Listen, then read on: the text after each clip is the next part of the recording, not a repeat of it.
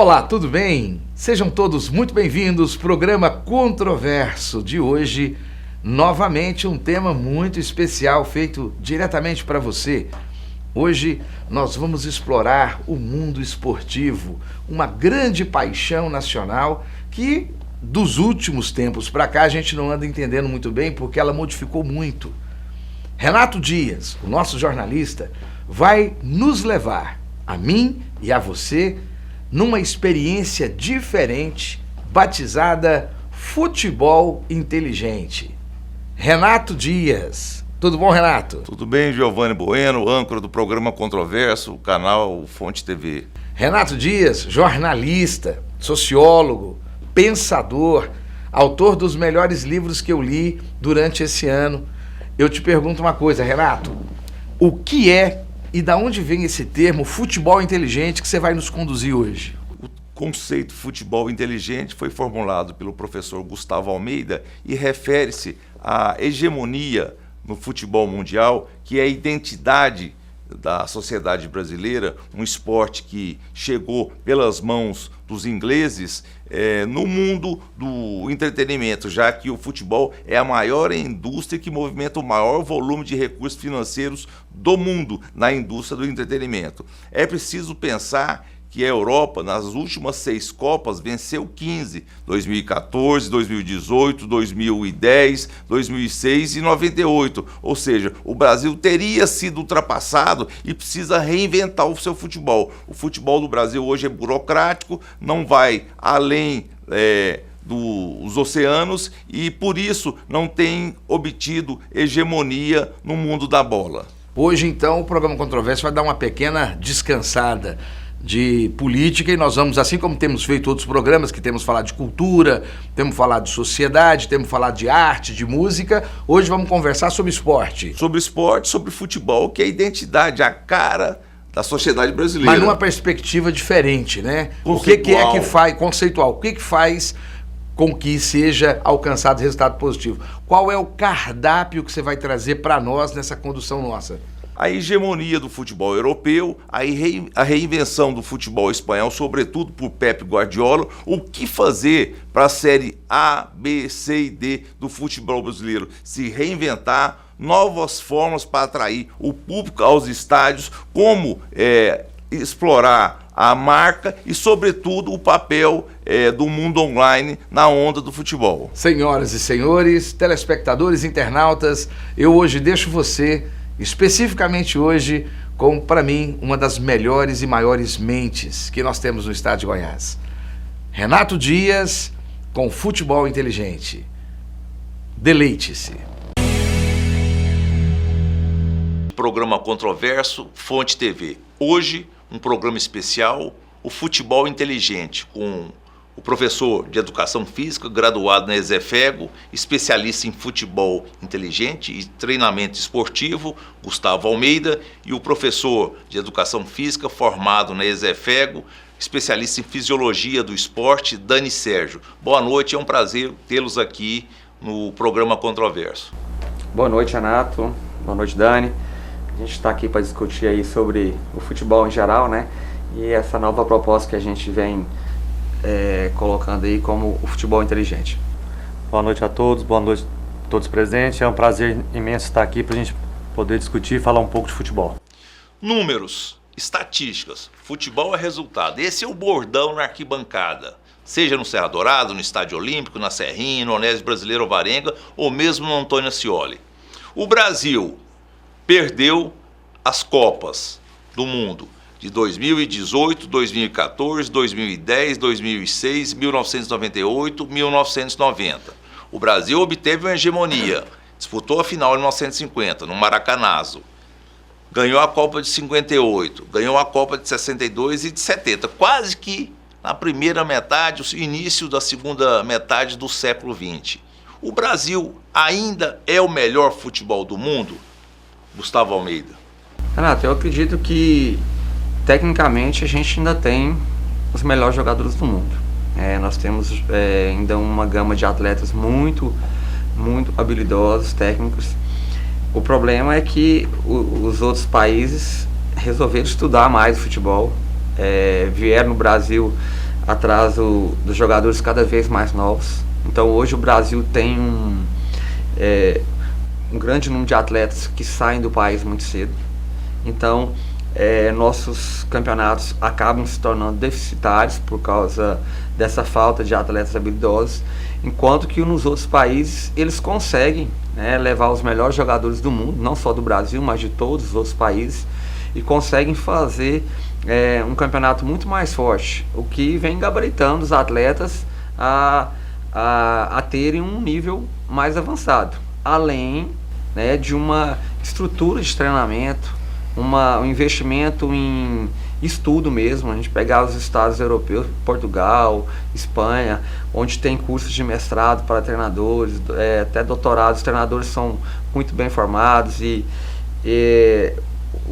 isso é passado de forma positiva para os atletas, que vêm se tornando cada vez mais inteligentes, e não só inteligentes, mas senhores, né, assim, da própria formação, que o próprio atleta é capaz de pensar o jogo, coisa que no futebol brasileiro, o jogador brasileiro que atua no Brasil ainda tem dificuldade. Depende muito do treinador e da improvisação.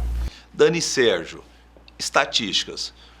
Nas últimas 10 edições da Libertadores da América, e o Brasil perdeu metade. E dos últimos 10 torneios à final do Mundial de Clubes, 7 foram conquistados por espanhóis, 1 por italiano e 1 por alemão. Apenas um brasileiro. O que dizem esses números?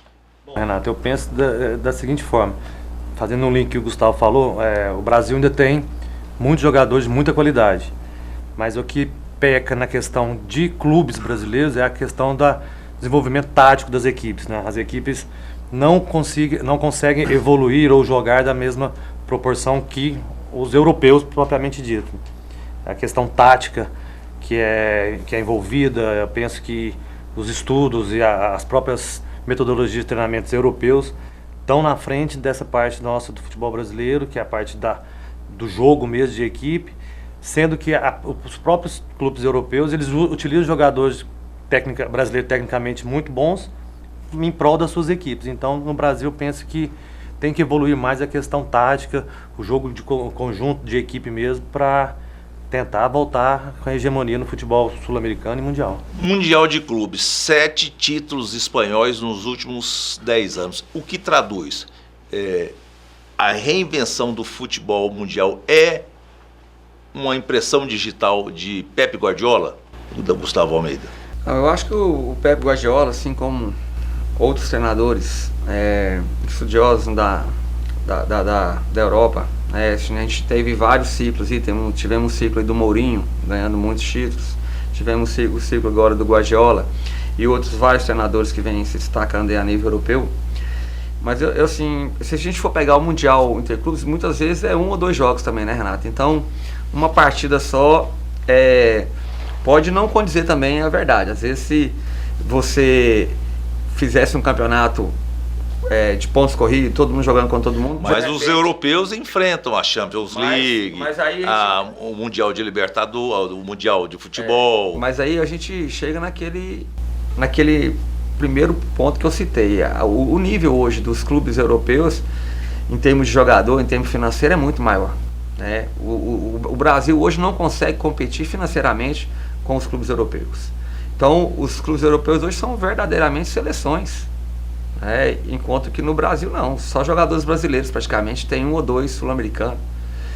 A gente está vendo o Flamengo aí agora com uma equipe bem competitiva, com bastante jogadores aí até de nível de seleção. Pode ser que, se o Palmeiras também tem hoje um elenco considerável, se os clubes conseguirem se autossustentarem, como vem iniciando agora, e daqui uns 4, 5 anos tiver um elenco competitivo igual o Flamengo e o Palmeiras estão formando, eu acredito que a gente já começa a bater de frente novamente. Porque a nossa característica técnica é melhor. Agora, enquanto isso não acontecer, não tem como. Eu acho que você pega um clube, um Real Madrid hoje, que praticamente ganhou, Real Madrid e Barcelona ganharam os últimos 7 campeonatos, mas são seleções mundiais. Muito difícil de você competir com um clube onde só tem jogadores de praticamente o mesmo país. Dani Sérgio, o que mudou no futebol contemporâneo, século XXI, 2019, do ponto de vista tático, do ponto de vista da eficiência, da excelência no toque de bola, a precisão no lançamento, na bola parada, a movimentação dos jogadores em campo? O que há de novo que poderia ser adotado pelo futebol brasileiro? O senhor que é um estudioso do futebol. Então, Renato, a questão é que a metodologia que é aplicada lá na Europa, ela é diferente da metodologia aplicada aqui no Brasil. Mas o que mais me chama a atenção não é nem só a metodologia de treinamento, ou com treinadores, ou com atletas europeus. Eu acho que é a consciência do jogador brasileiro que tem que ser elevada. A consciência de... O que o senhor quer dizer isso? Consciência do jogador brasileiro? Em termos de preparação, de treinamento. Isso desde as categorias de base? Desde a categoria de base, desde os primeiros treinos, as primeiras equipes. Eles têm que ser mais conscientes em busca do aperfeiçoamento, em busca da melhoria. Não em busca de ganhar a partida ou ganhar o treinamento lá, o coletivo do dia. É conscientizar que ele tem que se preparar melhor, se recuperar melhor, descansar melhor. Mas o que seria esse treinamento, assim, do ponto de vista tático, técnico, bola parada, drible, marcação, sistema defensivo, sistema ofensivo? Eu não digo tanto isso, porque a maioria, assim, a gente vem importando muito essas questões europeias, assim, de treinamento, até mesmo de treinadores que estão vindo para o Brasil. Mas o que eu digo é a consciência do jogador brasileiro, porque quando eles estão aqui no Brasil, eles têm uma mentalidade, um tipo de preparação. Quando o próprio jogador do Brasil vai para a Europa, você pode ver que tem vários que foram para lá e mudaram, até mesmo fisicamente, né, que se preocupam mais, se conscientizam mais. Então, acho que a conscientização do atleta brasileiro para se tornar de ponta, que é o que está deficiente ainda na nossa geração. Eu acho que, Renato... Gustavo Almeida, só uma pergunta, emendando aqui. O jogador brasileiro, não sei como é que é o estilo europeu, mas hoje a função tática e técnica dele seria ir, voltar, contribuir na marcação, ajudar no sistema defensivo, voltar para cabecear quando há uma bola parada do time adversário, excelência na última bola. Não, hoje, assim, se for pegar no futebol europeu, o jogador tem muita consciência tática. Ele aprende a ver e perceber a função dele dentro de campo. E qual que é a função do jogador dentro de campo? Lógico que depende da posição, né? Mas e depende da formação da equipe. Mas o jogador hoje, ele consegue perceber que ele tem que ter a função tanto de defender quanto de atacar. Isso que você falou é correto. O atleta, ele sabe que tem que defender, ele sabe que tem que marcar, ele é capaz de fazer uma variação. E todos os jogadores do Brasil têm essa compreensão? Como o Dani falou, aqui no Brasil, o jogador, primeiro ele tem, vamos dizer assim, ele só treina o que a comissão técnica colocar. Ele é dependente da comissão técnica e dos treinos que são montados. Fora, na Europa, quando o jogador sai fora, a maioria das vezes, além de treinar no clube, que muitas vezes é um período só, ele tem que ir para o clube mais cedo, fazer um trabalho de preparação para o treino, de fortalecimento, e muitas vezes o atleta faz isso sozinho. Os jogadores brasileiros têm tanta dificuldade que a maioria dos jogadores brasileiros que vão para fora, muitas vezes levam um personal, levam um fisioterapeuta, porque eles não foram acostumados a serem disciplinados atleticamente. Eles não são disciplinados atleticamente. Ele não chega no clube mais cedo para fazer uma preparação inicial, para fazer uma liberação miofascial, que hoje é muito utilizado. Ele não faz uma prevenção. Ele chega lá na hora do treino, vai pro treino, acabou o treino, ele vai embora. Está sendo discutido aí muito tempo que o Brasil não faz mais gol de falta, porque nem hoje, nem mais se treinar depois do treino não faz, porque a fisiologia fala que não precisa que não pode treinar muito, que acaba se machucando. Mas o jogador brasileiro também não chega mais cedo para fazer a prevenção, não economiza o tempo da comissão técnica, só treina sob a tutela da comissão técnica, enquanto que na Europa o jogador tem essa consciência, que ele vai para a academia às vezes sozinho do próprio clube, só que ele chega mais cedo.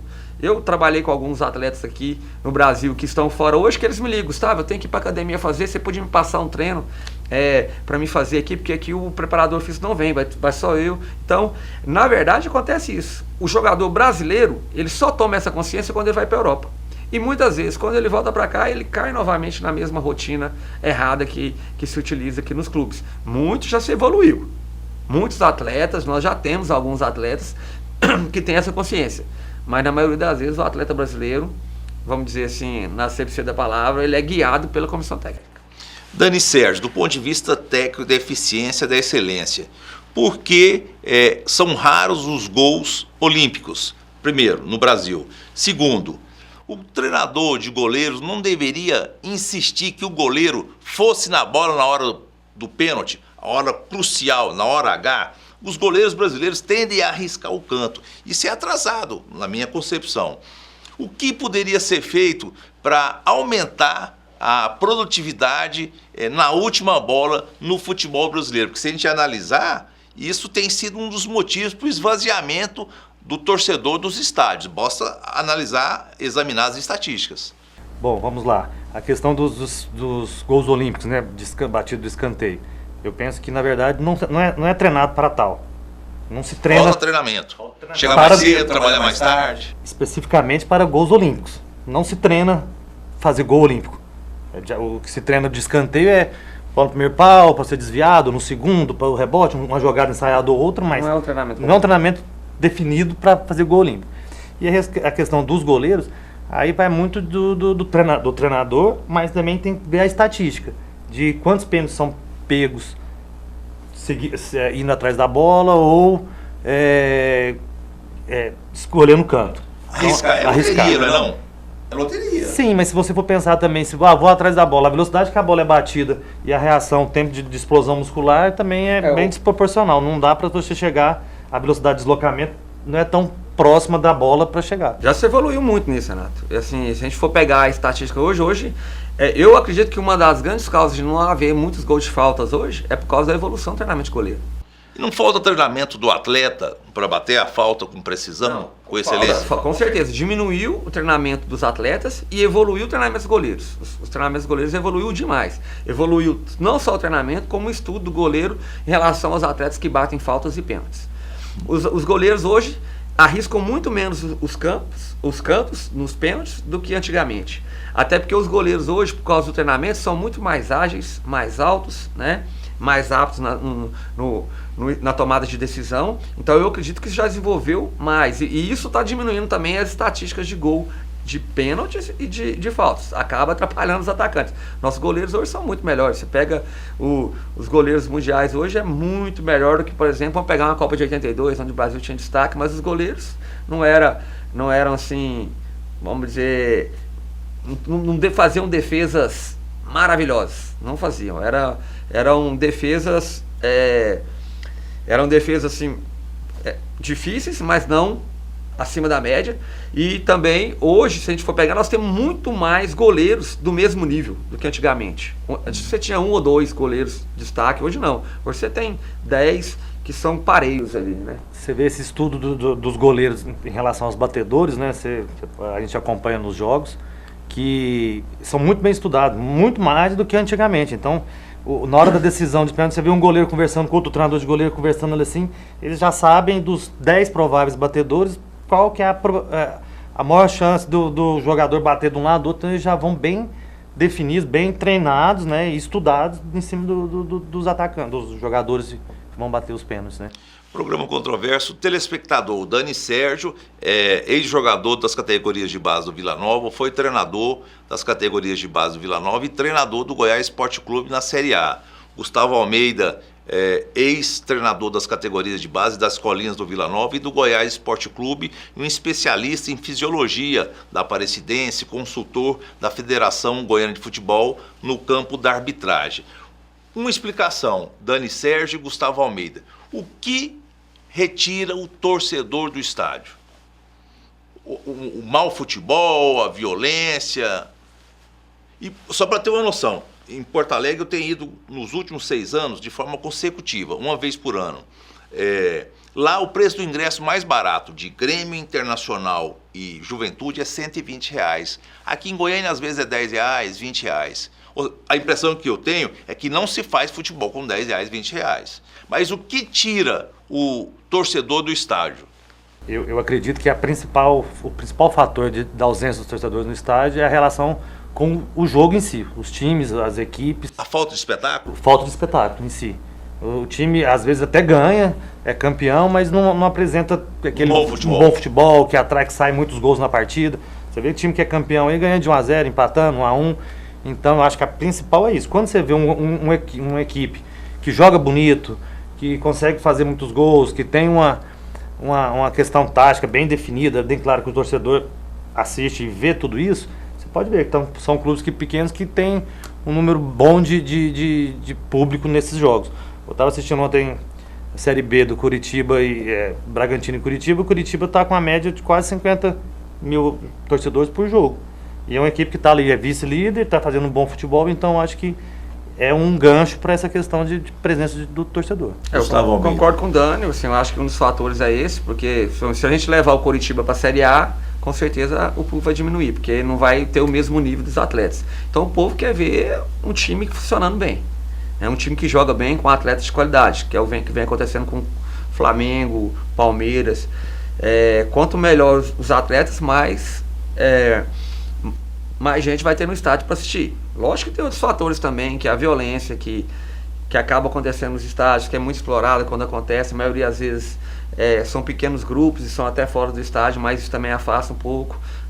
A própria televisão, que hoje você tem uma facilidade muito grande para assistir os jogos do conforto de casa, né? Então isso eu acho que afeta também, mas eu acho que o principal é a falta de qualidade do embate ali do jogo. O que explica a ausência de atletas brasileiros, no plural, do título de maior jogador do mundo nos últimos tempos? Dani Sérgio, Gustavo Almeida. Essa questão é bem específica, né? Porque nos últimos anos nós temos dois fenômenos aí, né? Que vem difícil de batê-los. Eu acho que só vão conseguir ultrapassar quando eles encerrarem, que é o Messi e o Cristiano Ronaldo. E a questão... O que os fazem jogadores diferenciados? Bom, é a mistura de genialidade, né? O próprio dom que vem dos dois, e aquela que nós falamos no início, a preparação, a conscientização de um atleta, de se prevenir, se condicionar, se cuidar melhor. Eu acho que fazem disso os dois melhores aí nos últimos anos. Eu acho que essa é outra carência muito grande não só do futebol, Renato, mas eu trabalho também com árbitros, a gente acompanha vários esportes. Eu acho que se a gente for acompanhar Olimpíadas, é a carência do esporte brasileiro, trabalho mental. Entendeu? Quando a gente fala de futebol, na arbitragem é bem definido. A gente tem parte técnica, tática, física e mental. Qual que é mais importante? Não tem. São 4 pilares. Se um dos pilares cair, a casa cai. E eu acho que o pilar mental no Brasil ele é muito pouco trabalhado.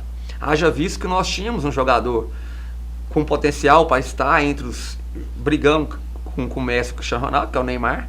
E o Neymar vem se perdendo justamente nessa parte mental. Não se mostrou preparado para estar próximo do sucesso, para se manter no ápice, para brigar por esse resultado aí que o Cristiano e o Messi vem fazendo há 10 anos. Então é por isso que eu acho que um dos fatores fundamentais é o pilar mental, que tem muita resistência do mental entrar no futebol. Muitas vezes o futebol brasileiro ainda tem muita resistência de trabalhar esse lado mental, e eu acho que ele teria que ser o foco, não só no futebol, como no esporte em geral. Psicologia com aplicação esportiva. Com certeza. O programa o primeiro bloco está se encerrando. Primeira questão: Vila Nova perto da zona de rebaixamento, o Goiás, no atual momento, já que o programa é gravado, 8 partidas consecutivas na Série A sem resultado expressivo, com uma grande vitória, apesar de um elenco expressivo, caro. O Goiânia sem calendário para o segundo semestre, e a Aparecidense sem calendário para o ano que vem, e o Atlético brigando para ficar no G4, que é a principal atração hoje do futebol goiano. O que explica? Eu acredito que os clubes goianos ainda continuam mal geridos. Tinha que ser mais independentes financeiros, tinha que gerar uma receita maior, e a gente vê só o Goiás se aproximando um pouco disso. Eu acho que deveria depender menos dos patrocinadores, menos de direito de transmissão? Do direito de transmissão, tinha que criar uma renda própria.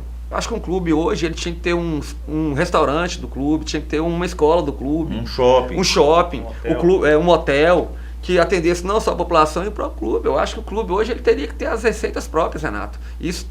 O estádio, né? Um estádio com capacidade igual o Palmeiras fez, com capacidade para vender shows, para vender espetáculos de futebol mesmo. Levar o torcedor não só para ver o jogo, mas para participar de eventos. Eu acho que isso era fundamental. Em cima disso, eu concordo com o Gustavo, e a questão do amadorismo dos dirigentes dos clubes, né? Não são profissionais específicos para tal função. É amigo de um, é filho do outro, é o parente do outro que está ali na gerência, e não são profissionais qualificados para tal função. Desses clubes que você citou, basicamente você pega, a maioria não tem um cara que é da formação de gerência, gestão esportiva, com qualificação a nível internacional para comandar uma equipe que necessita tanto dessa gestão. Muitas vezes, Renato, ou é o torcedor que tem dinheiro, que vira um diretor, ou é o ex-jogador que acabou de jogar e não tem formação nenhuma como gestor. Ídolo do clube e acaba assumindo uma função de... Tem que ter tempo para montar, como é o Atlético atualmente. Última questão, de forma objetiva, agradecendo a participação do Dani Sérgio e do Gustavo Almeida, 2 ícones da educação no futebol, do futebol inteligente em Goiás e no Brasil. O que o cidadão comum deve fazer para manter-se em atividade, adotar um estilo de saúde e de vida saudáveis e praticar, quem sabe, um futebol inteligente? Bom, eu acredito que a primeira coisa é escolher alguma coisa que goste de fazer, um esporte. Hoje a gente tem, por exemplo, se você gosta de futebol, hoje nós temos a nossa opção, que é o futebol mais funcional. Se você gosta do vôlei, hoje tem muitas opções de jogar um vôlei de areia. Se você gosta do futevôlei, escolher um esporte onde você vai sentir prazer e vai ter o retorno imediato. Hoje está cheio de opções, uma gama muito grande de opções. Procurar não só fazer a atividade cardiovascular, como também a atividade de força. Unir essas duas características para poder ter o resultado. É isso aí.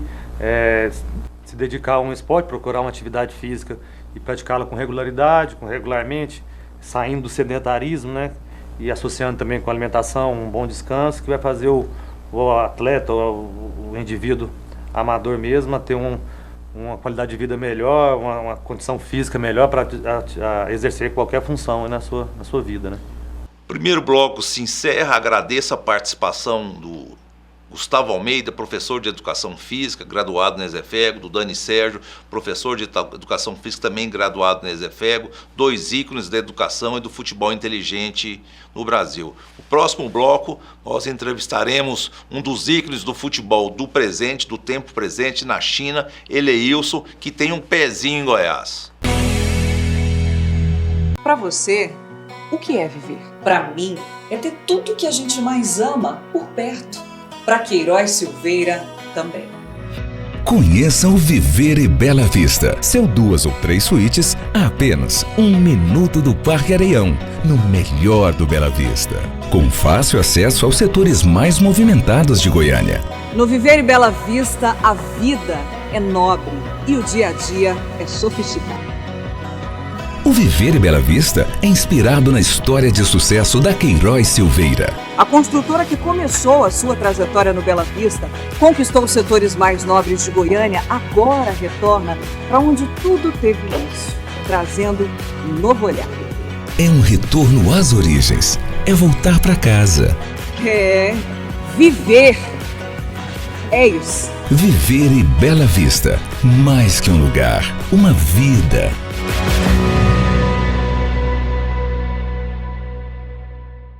Em Goiânia, desde 2010, a Capital Mídias é hoje uma das maiores empresas de mídia exterior de Goiás e, por ser a mais completa do segmento, é a única que oferece 4 mídias: painel de LED, painéis iluminados, outdoor e painel rodoviário. Por 4 anos seguidos, a Capital Mídias ganhou o prêmio Os Mais Influentes da Comunicação de Goiás e se tornou referência quando o assunto é mídia exterior.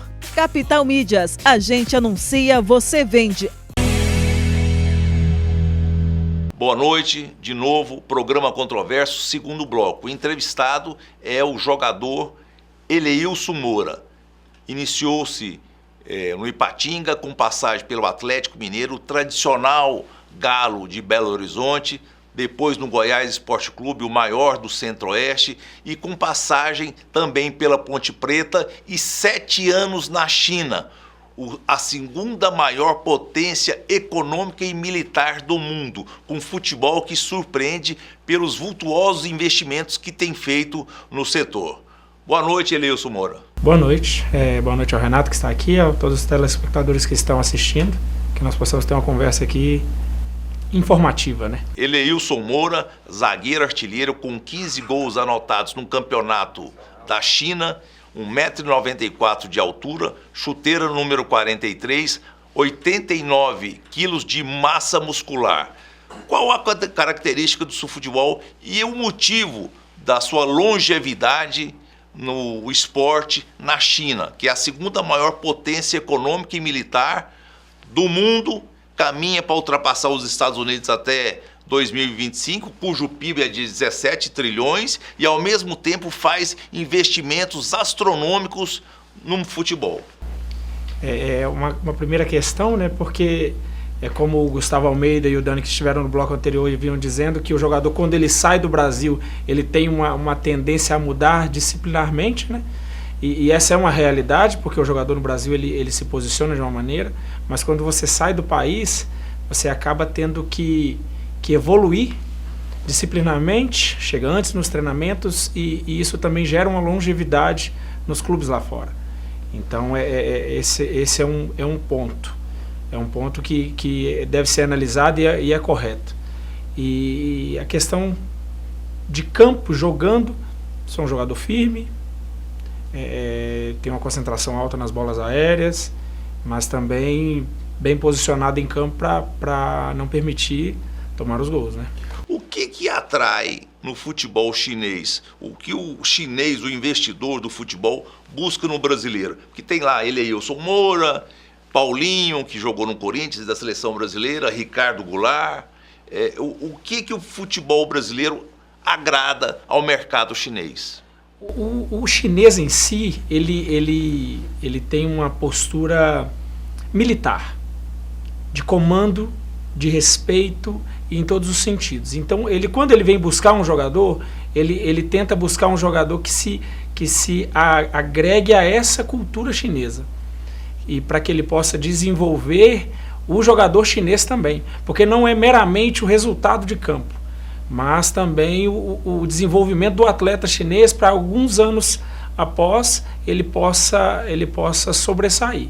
A concentração é uma exigência do esquema tático, técnico dos clubes da primeira divisão do futebol da China? Sim, a concentração antes do jogo ou dentro do jogo? A concentração o olhar fixo na bola, na marcação, no contra-ataque, na jogada ofensiva. O foco objetivo, a excelência de resultado. Sim, é isso, mas isso mais vem do atleta.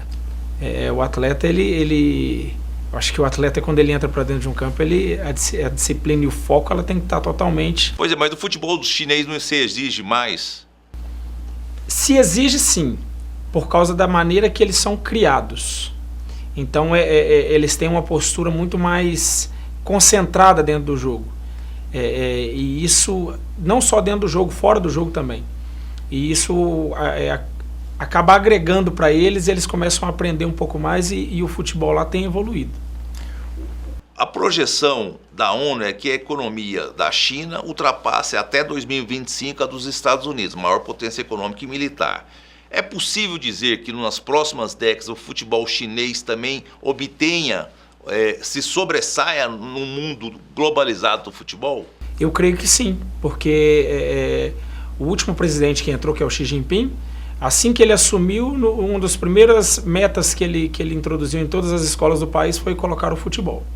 Coisa que o chinês, quando você liga a televisão de esportes, o que a maioria você vê é tênis de mesa e badminton. Então, totalmente fora do que é o futebol. Então, ele introduziu nas escolas, então as crianças a partir de 5 anos já estão praticando o futebol, criando uma cultura que nós temos aqui no Brasil.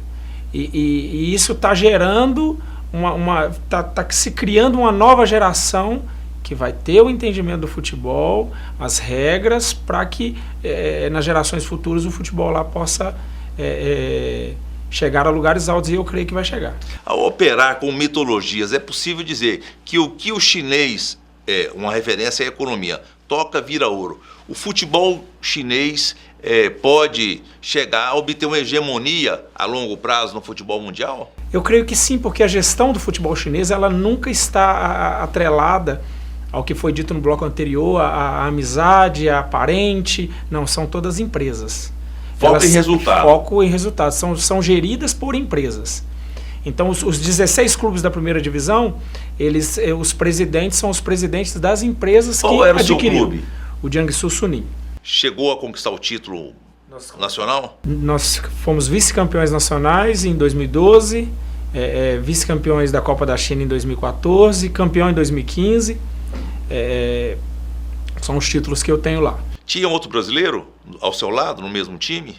Nos 7 anos teve vários, né? Quem, por exemplo? Os mais famosos foi o Elias, que jogou no Botafogo em 2013, naquela campanha que estava com o Sidorf. Foi uma das melhores campanhas que o Botafogo tem no tempo recente, né? O Elias. E tem alguns outros, mas que não são famosos aqui. Eleilson Moura. Qual a realidade, qual a sua radiografia do futebol brasileiro? O Brasil, nas últimas edições da Copa do Mundo de Futebol, 2018, 2014, 2010, 2006, 1998 e 1990, sofreu derrotas. Mundial de clubes, nas últimas 10 edições, 7 conquistados por espanhóis, 1 por italiano, 1 por alemão, apenas 1 brasileiro. Nas edições globais da Libertadores da América, os argentinos nos dão uma verdadeira surra.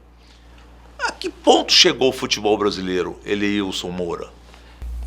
No meu entendimento, o futebol brasileiro ele meio que estagnou.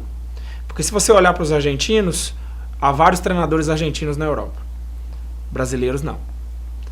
E isso, quando você vai vendo os europeus evoluindo, é uma gestão de longo prazo.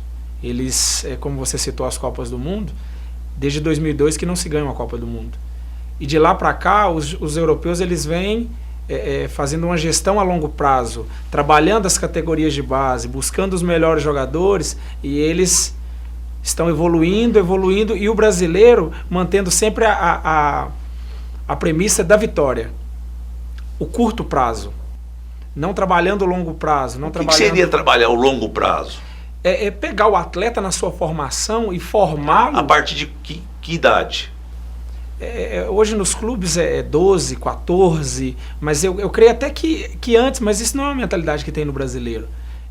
De trabalhar a mente do atleta no sentido emocional, no sentido dele poder controlar o sucesso, né, de não deixar subir para a cabeça, mas de trabalhar todo o contexto geral de alimentação, de treinamentos, de disciplina, porque o futebol ele é um trabalho que ele necessita isso. Necessita de você ter uma disciplina correta, clara, para que possa haver evolução. E na Europa existe isso. Como eu trabalhei na China, mas a maioria dos anos que eu trabalhei na China foram com treinadores europeus.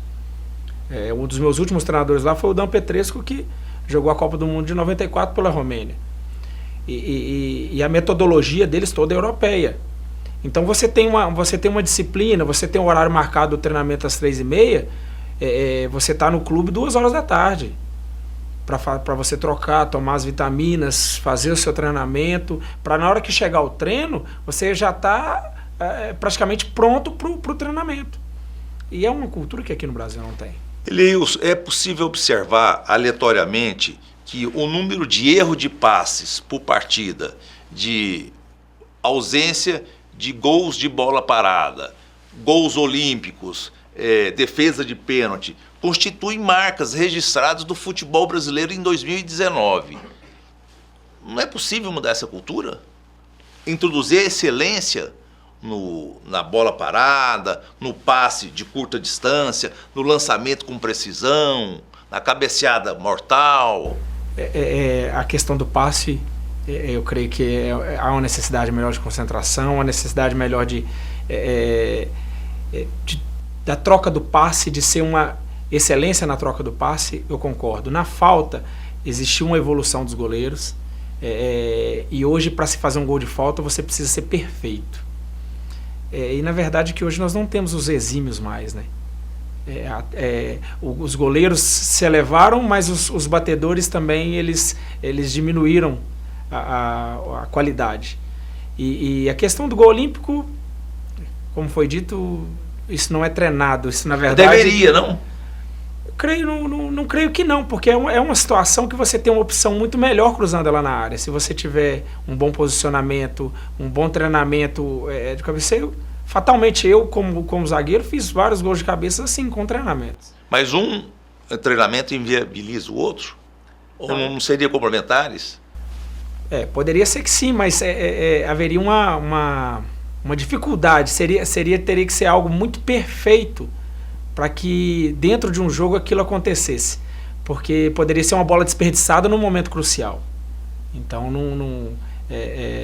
às vezes, é uma decisão a ser tomada dentro do jogo. Qual a sua análise sobre os técnicos, as equipes e as performances de Santos, Palmeiras e Flamengo no Campeonato Brasileiro de 2019? O Santos ele vem com uma metodologia diferente do Sampaoli. Qual que é a metodologia do Sampaoli? Ele marca em cima, né? O time dele sempre é um time intenso o tempo inteiro. Ele marca o tempo inteiro em cima, ele não recua as linhas sempre estão altas demais. E isso acaba surpreendendo o futebol no Brasil. E rápido no contra-ataque? Rápido também no contra-ataque. Na saída para o ataque. Mas nem às vezes é o contra-ataque, né? Às vezes é a roubada de bola ali na frente mesmo. Aí já mata o jogo. Já matando o jogo. O Palmeiras? O Palmeiras ele tem um elenco muito Palmeiras bom. Dos meus amigos César, Evandro.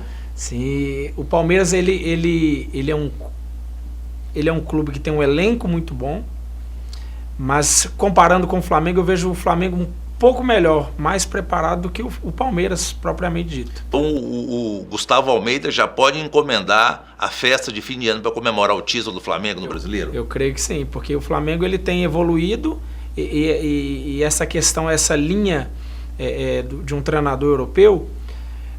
Alguns jogadores brasileiros falam assim: nós nunca tivemos treinos como esse. Não é desvalorizando os treinadores brasileiros, não é isso, mas a mentalidade do jogador. Mas o que explica esse treinamento intenso não tem provocado lesões? O Flamengo tem tido lesões por atacado entre seu elenco. Mas aí que vem a questão da disciplina, porque na Europa se pratica esse futebol e se machuca menos. Por quê? Porque há uma disciplina do atleta na alimentação, no descanso, nos treinamentos, na questão de musculação, em todas as questões. E isso acaba diminuindo o risco de lesão. E isso é fundamental. Eleilson Moura, que mora hoje em Goiânia, atleta profissional, 7 anos na China. Qual a sua análise? Vila Nova fica namorando a zona de rebaixamento na Série B. O Goiânia sem calendário para o segundo semestre de 2019. A Aparecidense sem calendário para 2020. O Goiás, 8 partidas consecutivas, o programa é gravado, vale lembrar, sem resultados expressivos, ou seja, sem vitórias. E o Atlético, que não chegou a liderar a Série B, está lá no G4, e é a maior expressão do futebol goiano hoje. Não é um sintoma da crise, de um mal-estar no futebol goiano? Sim, é uma má gestão. Se você vê o que se aproxima mais, o que está melhor gerido hoje, que é o Atlético, para mim, na minha concepção, o Atlético Goianiense é um que está a mais longo prazo, é um clube que está gerido pela mesma pessoa a um longo prazo, rendido melhores frutos, né, ao Atlético. O Goiás, na minha concepção dos anos que eu joguei lá, dos anos que a gente acaba acompanhando, com a renda que entra, com os valores que entram, para mim o Goiás deveria estar num lugar melhor, num lugar mais alto. O que explica o Goiás nunca ter conquistado um campeonato brasileiro, uma Copa do Brasil, um título de expressão assim, nacional, já que o Goiás tem receita, tem tradição, desde o ano de 1973 na Série A? Para mim é gestão. Um pouco de ousadia? Um pouco de ousadia, gestão, de poder pegar a marca do clube e alavancar ela a tal ponto que você consiga montar um time com atletas de mais alto nível para que conquiste títulos, porque para conquistar títulos você precisa não só dos 11, não só de 14, você precisa dos 25, de jogadores de alto nível num contexto geral dentro do clube, para que o clube chegue a lugares mais altos. Qual o craque do futebol goiano, a estrela do futebol brasileiro no Brasil hoje? Para mim hoje, hoje o que tem maior destaque para mim hoje é o Bruno Henrique. No futebol brasileiro e no futebol goiano? No futebol goiano hoje é difícil. Até porque é o atual momento que vive, né? Elias, como é que é seu condicionamento físico? Como é que você treina? Quais dias da semana? Como é que você mantém esse corpo atlético, esse pique, essa mesma velocidade da época da China? Desse tempo que eu estou aqui, eu tenho treinado lá com o Gustavo Almeida, com o Dani Sérgio, todos os dias, às 4 horas da tarde. Todos os dias que você fala, de segunda a sexta? De segunda a sexta-feira, né? De segunda a sexta-feira, às 4 da tarde. Com um período apenas? Um período apenas lá com eles, né? E outro período? Outro período eu costumo fazer uma musculação pela manhã, ou jogar com alguns amigos à noite, mas o treinamento profissional mesmo é com eles de segunda a sexta-feira, lá na seleção. Isso traz resultados? Resultados assim que para mim como atleta, hoje eu saí da China com 92 quilos, hoje eu estou com 89. Se me aparecer uma proposta hoje, eu estou pronto para poder jogar. Então como atleta profissional, para mim é um excelente lugar para estar se trabalhando. Para o atleta amador, também é um excelente lugar porque vai para o ritmo de vida, para o condicionamento dele, para todo o funcionamento dele, é um trabalho funcional excelente. Eleilson Moura, o futebol brasileiro e o futebol mundial têm apresentado atletas com determinada longevidade. É possível lembrar o caso do Zé Roberto, que jogou no Santos, no Palmeiras, com 42 anos. O Fernando Praz, que foi campeão goiano brasileiro, campeão goiano pelo Vila Nova em 2001, tem mais ou menos essa mesma faixa etária. Chegará um tempo, ou isso já é a realidade, que o jogador poderá jogar com 42, 43 anos, se ele se preparar para isso? Eu creio que sim. Com intensidade? 40, 41, eu creio que consegue chegar. O Zé Roberto, quando chegou aos 42, ele já estava mais em declínio, mas até os 40 ele conseguiu manter um bom nível. Eu acho que até os 40 o jogador consegue manter um bom nível. O que contribui para a manutenção da saúde e da longevidade do atleta em campo? Toda essa disciplina fora. Porque o campo é a qualidade, é o dom que nós temos. O que seria disciplina fora? Alimentação, a questão de treinamento, a questão de descanso, vitaminas, todo um processo por fora que, na verdade, o jogo em si, os 90 minutos que você vê em campo, ele é apenas a cerejinha do bolo. Porque todo o preparar, toda a estrutura, ela está feita antes. Então vamos enfrentar um tema tabu na mídia e no futebol. O álcool, as drogas, as relações sexuais promíscuas, as fugas da concentração. Isso atrapalha o atleta mesmo? Atrapalha. Líquido e certo? Líquido e certo. Eu posso dizer, testemunhar propriamente, são 10 anos que eu não bebo mais, o meu treinamento no dia seguinte ele era muito abaixo. E o rendimento em campo? Você acaba perdendo todas as partes, né? A condição física, você não se alimenta direito, você não se reidrata direito, você não dorme direito. Então você gera uma situação que acaba influenciando no campo. Influencia com lesões, influencia com mau desempenho, porque você não consegue entregar o seu melhor. Eleilson Moura, 2 tópicos mais políticos e administrativos do que em relação ao futebol. Exemplo, Figueirense levou um WO 3-0 para o Cuiabá na Série B. Não se apresentou em campo, alegando falta de pagamento de salários, de direito de imagem.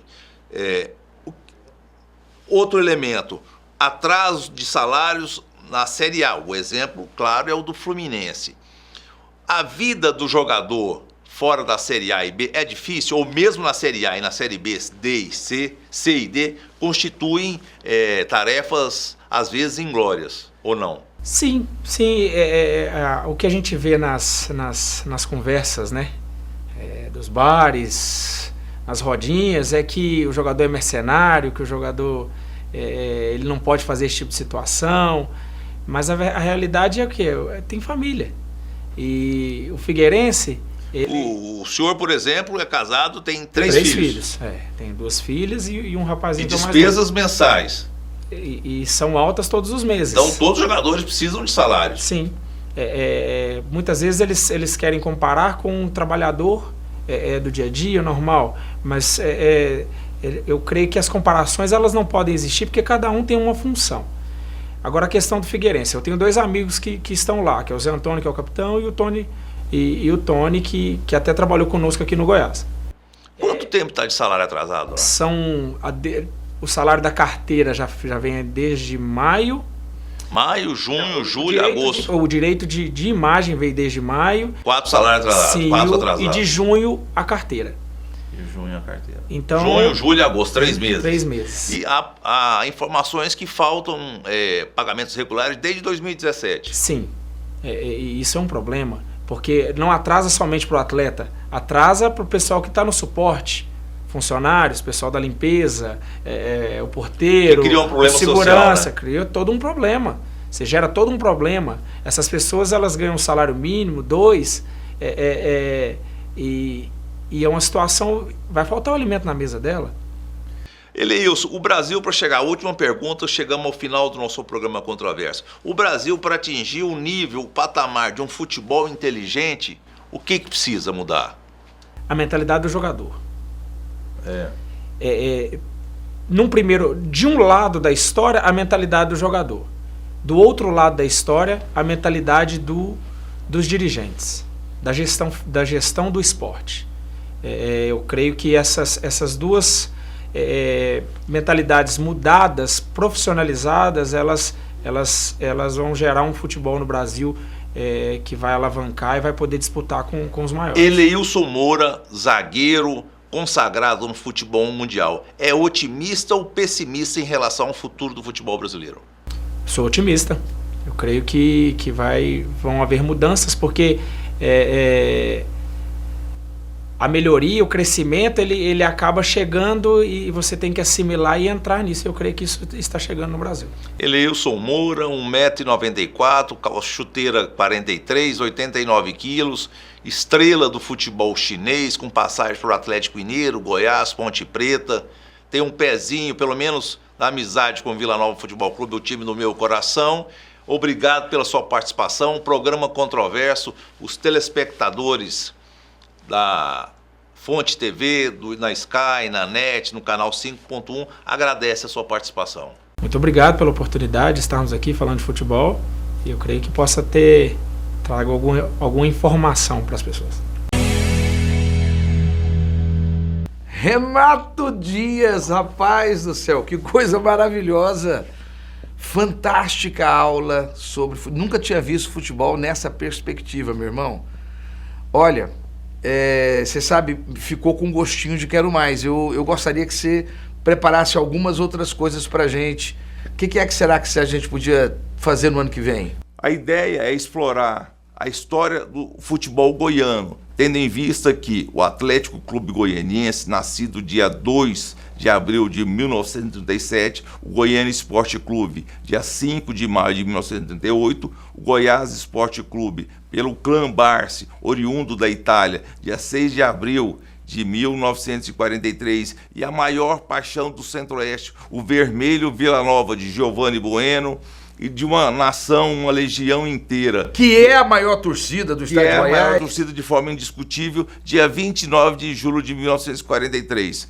4 clubes, 4 histórias distintas e que servem para o templo do futebol goiano. Renato, eu acho que não vai prestar esse negócio não, só vai prestar se a gente gravar lá dentro dos clubes. Podemos ir no Com estádio. a presença de alguns personagens históricos. Personagens históricos do Atlético, lá no Antônio Ascioli, do Vila Nova, no Nésio Brasileiro Alvarenga, no estádio do Goiás, na Serrinha, Ailê, Salacier, Pinheiro, e mesmo no Goiânia, na Vila Olímpica, que é um clube tradicional, era o clube da elite, era o clube de Pedro Ludovico Teixeira. Aí eu vou poder levar meu pai, José Bueno, com 87 anos, um dos primeiros torcedores do Goiânia? Claro, o Goiânia não só tinha o seu pai, mas Pedro Ludovico Teixeira... É a turma da Kombi. Não, foi a maior torcida, mas só que com o tempo teve Pedro Ludovico Teixeira, teve Homero Sabino de Freitas, 13 vezes presidente das MEGO, ex-presidente do Tribunal de Justiça. Desafio aceito, pode preparar a pauta. Ano que vem, clubes de Goiânia. Atlético, Goiás, Goiânia e Vila Nova. Nós vamos contar a sua história. E você, telespectador e internauta, está conosco. Forte abraço e até semana que vem.